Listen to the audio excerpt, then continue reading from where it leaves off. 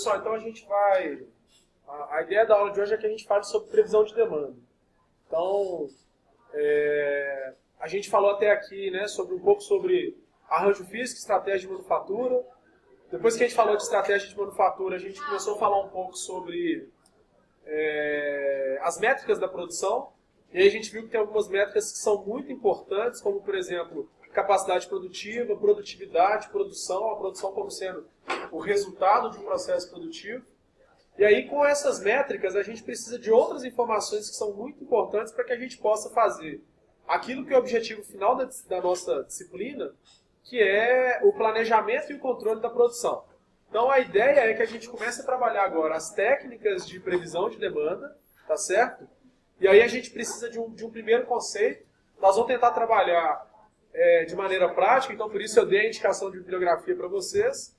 Mas eu acho que tem algumas introduções algumas questões que são bastante importantes da gente introduzir para que a gente não fique perdido como vocês estão se sentindo.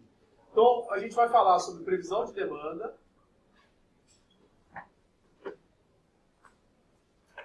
E a justificativa de falar sobre previsão de demanda basicamente é o seguinte.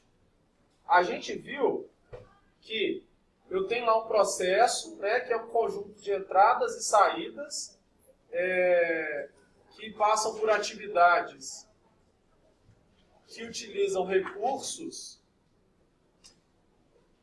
para transformar essas entradas em saídas de maior valor agregado.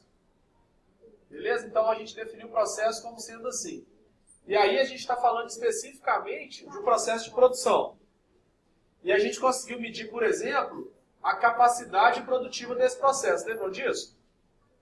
Foi a nossa primeira lista, né?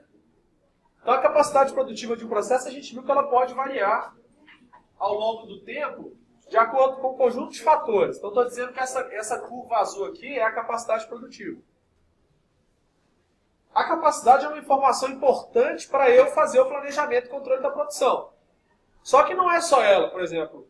Se eu perguntar quanto que você produz a cada momento, olhando só para a capacidade produtiva, você vai me dizer o seguinte, Joaquim, eu vou produzir alguma coisa menor ou igual do que isso. Mas, em geral, a gente trabalha para atender uma demanda, que pode ser uma demanda oriunda de um pedido de um cliente, uma demanda oriunda de um cliente interno, uma demanda oriunda de um controle de estoque. Mas a gente precisa ser capaz de prever essa demanda.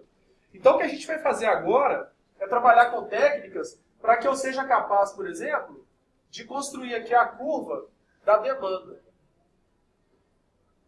Tá certo? Quanto do meu produto será necessário, por exemplo, pelo mercado, por um cliente interno, que é um processo que está depois do meu processo dentro de uma fábrica. Quanto desse produto vai ser necessário lá no estoque. Então eu já começo a ter aqui duas informações que me dão possibilidade de fazer planejamento e controle da produção. Porque eu olho para uma curva da demanda. É o que eu quero atender. Tá certo? Eu olho para uma outra curva que é a capacidade produtiva. São os meios de produção que eu tenho para atender a demanda. E agora, o que o PCP faz? Definir quanto produzir a cada momento. Uma das coisas que o PCP faz é isso. Então não tem como a gente começar a trabalhar no PCP de médio, longo e curto prazo se eu não tenho uma boa estimativa da capacidade e uma boa estimativa da demanda. E é sobre essa demanda que nós vamos falar agora, uma vez que a gente entende que capacidade produtiva nós já estudamos. A gente viu que tem que ter um conceito da saída, que é a produção, um conceito da eficiência, que é a produtividade. Isso aqui me possibilita calcular a capacidade produtiva. Foi o primeiro grupo de exercícios que a gente fez. Agora a gente vai entrar na demanda, porque a partir do momento que a gente conseguir prever capacidade, prever demanda, a gente consegue fazer planejamento e controle da produção. Aqui, só para ficar claro, esse gráfico é um conjunto de informações, né? Posso colocar aqui quantidade organizada ao longo do tempo. Então é como se eu pegasse aqui, isso aqui fosse cada mês do ano, ou cada semana. Tá certo? E eu sei aqui, nesse intervalo de tempo 1, a minha capacidade produtiva está aqui, a demanda que eu previ está aqui.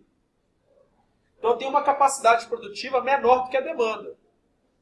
Se eu só tiver esse momento para resolver esse dilema aqui, o que vai acontecer aqui?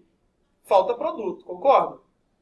Agora, se no mês anterior, que a demanda era menor que a capacidade, eu produzi mais, coloquei no estoque, no mês seguinte eu uso esse estoque, aí você começa políticas de planejamento e controle de produção que advém justamente desses perfis aqui, ó, de demanda e de capacidade produtiva.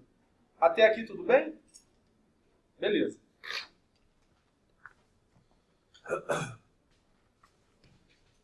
Então vamos falar um pouco dessas técnicas. As técnicas de previsão de demanda, elas podem ser divididas em dois tipos principais.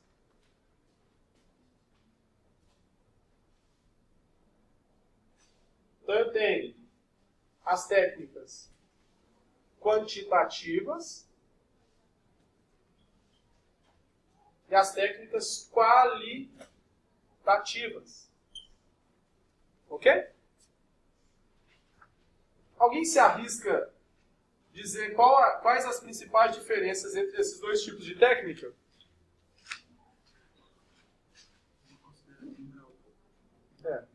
Geralmente o aluno gosta de falar assim, ó, aqui ó, você vai fazer conta.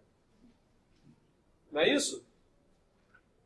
O aluno também gosta de dizer que aqui você vai se basear em julgamentos, critérios subjetivos. Mentira, o aluno não costuma falar isso não. Mas o professor costuma. E aí essa é uma coisa importante. Eu posso fazer conta aqui, ó. Suponhamos que eu esteja desenvolvendo uma aplicação, um app que eu vou colocar lá na Google Play, ou na App Store, para ensino de planejamento e controle da produção. Só que esse app vai ser pago. Então, assim, não poderia fazer isso, né? Mas suponhamos que eu chegue aqui na frente, faço uma propaganda, ó, gente, entra lá, compra o meu app que vai ficar mais fácil para vocês estudarem. Eu posso fazer uma expectativa, falar assim, a turma tem 30 alunos, a minha expectativa é que 50% dessa turma compre. Então eu tenho uma expectativa de 50%, faço uma conta simples, 50% de 30 alunos, então 15. Essa é a minha expectativa de demanda. Faz sentido essa previsão? Faz. Eu baseei no critério, no julgamento, que é um critério subjetivo. Qual que é esse julgamento? Eu acho que 50% vai comprar. Tá certo? E fiz uma conta.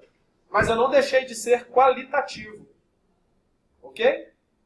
Quando eu digo que o quantitativo é fazer conta, é porque ele é baseado em matemática.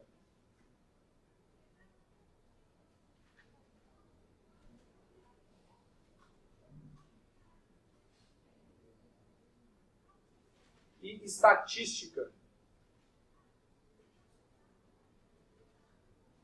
Tá certo? Então aqui, o que eu vou fazer? Eu vou interpretar os dados com técnicas quantitativas baseadas em matemática, né, estatística, para identificar comportamento e fazer cálculos para prever esses comportamentos no futuro. Então aqui eu não estou me baseando em